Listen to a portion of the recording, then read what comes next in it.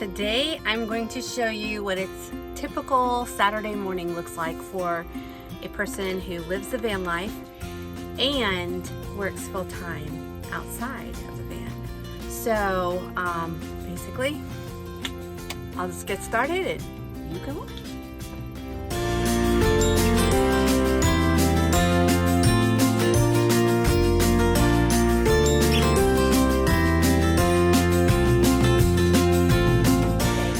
My bed is made, and the next thing that I'm gonna do is my dishes.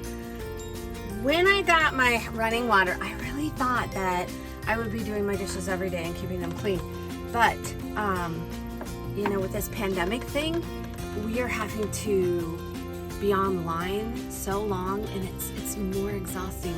I cannot even tell you how much more work and energy you put into teaching children that are not with you, that are remote.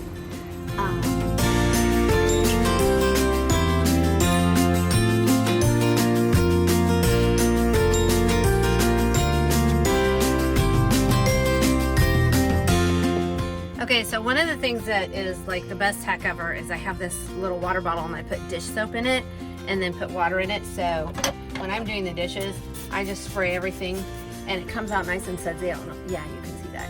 So, and then I don't have to worry about, you know, how much soapy water, blah, blah, blah. And then I can do all my washing with a wet rag. I used to have a spray bottle for the rinsing part, but no, it got broken. And I can't, I've been shopping for one for about a month and I can't find one that I like that is small.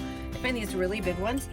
But I'd really like to have one that's similar size, because this will sit in my dish rack, my china cabinet behind me, and it'll it just sits and fits.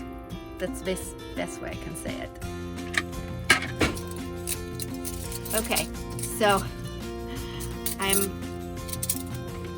done with the dishes. I've dried all the dishes, and I'm going to, a lot of times what I'll do is I'll just let them sit and air dry on my stove, which is right here. But today I want to cook lunch, so I'm going to go ahead and put all these away so that I have a nice clear working space to make lunch. And so yeah. Okay, so a lot of people think I'm a little silly, because even though I say that this is a cutting board, the cover to the sink, I don't use it as a cutting board because I'm kind of afraid to. I don't want it to get messed up. It's waterproof right now. It's sealed really nicely, and I don't want to, like, I don't know, saw through the seal. So I'm kind of funny about that. I just pull out this small cutting board. It's pretty flat. It doesn't take up much space, and I figured, well, you know, I'll continue to use it. It was a gift from my mom. So I'll continue to use it for a cutting board and save my sink cover. So yeah, and you know, I didn't really, some people ask me, like, you know, what was my inspiration, and they look at my van and they say, you know, it's really like it's got a retro vibe, you know, where you're going for a retro, and like, actually, this Pioneer Woman stuff. My mom got me a set that included this and some measuring cups and this cutting board for Christmas, as well as some of these little, you know, hand utensils or whatever, kitchen utensils, and I got several of them. And then in that same time was when we started talking about, you know, van life and how that might be a good solution for me to be able to do some things that I've wanted to do, and to make it so that I would be financially able to. So when my mom got me this set, I didn't know I would be living full-time van life, but I really liked the set. Everything was pretty much, it was pretty petite, as you see, and I really liked it. I like the colors and everything. So that bit kind of, you know, was the jumping point for the inspiration for my decoration. So basically, I started looking up on Pinterest what kind of kitchen decor people did around the Pioneer Woman design. And so I'm using pre-cooked bacon, and I always cook it a little more because I like it cooked more fully than this is. But also I don't use raw bacon because it just splatters grease everywhere. Like my whole house is covered in grease and I just don't like it. So when I decided to, you know, kind of come up with a theme or whatever, I wanted to use these gifts that my mom had given me, and I decided to look on Pinterest and see some inspirations of what people had done with a Pioneer Woman design kitchen. And so I found some like shabby chic and some, you know, cute little kitchen with, you know, mismatched wood and distressed and painted. And I thought, okay, that kind of fits because I'm trying to use as much recycled material as possible and keep my costs down. And having all the painted wood and the different colors kind of help cover it up. That it covers a lot of my design flaws. We'll just say that. Maybe not design flaws, just maybe building mistakes. I'm a rookie. I had never tried cabinet building until this time, and I did make a tiny house. I did build a tiny house, but I had never built cabinets. I had open shelves on the top, and I had purchased from the Restore store cabinets for the bottoms of the kitchen, and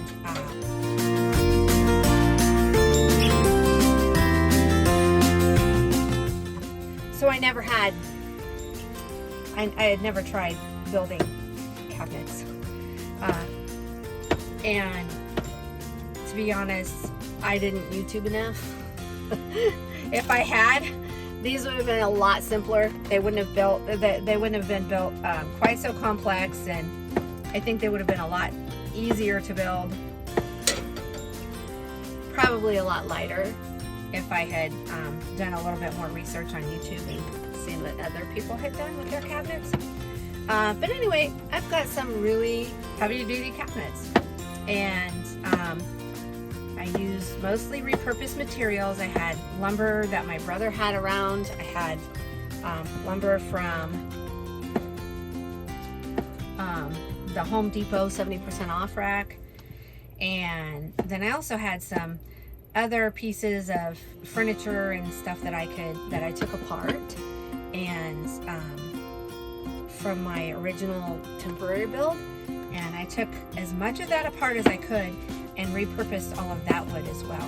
So this is oh, and also the doors for my for my cabinets are picked off of an old RV. So all of this is basically repurposed. The sink is a bar sink that I picked up at the Restore store. The stove is out of an RV, and I'm super geeked out that it's got 4 burners and an oven. I think my oven's a little bit bigger than my tiny house oven is, and which is good because in my tiny house oven I couldn't cook anything really. And the other thing is I struggled with how to keep everything from burning on the bottom of the oven. I didn't really cook well with that. So I've also done some research about that since then, and I think I have a fix, and in another episode I will show you what I'm doing with my oven. But for now, I'm about ready to start cooking. Sorry. I'm about ready to start cooking the filling to my, and yes, this is real van life. I go through this is my real life where food goes everywhere. But I'm about ready to start cooking my filling for my omelets, and omelet. I'm not gonna have more than one. But yeah.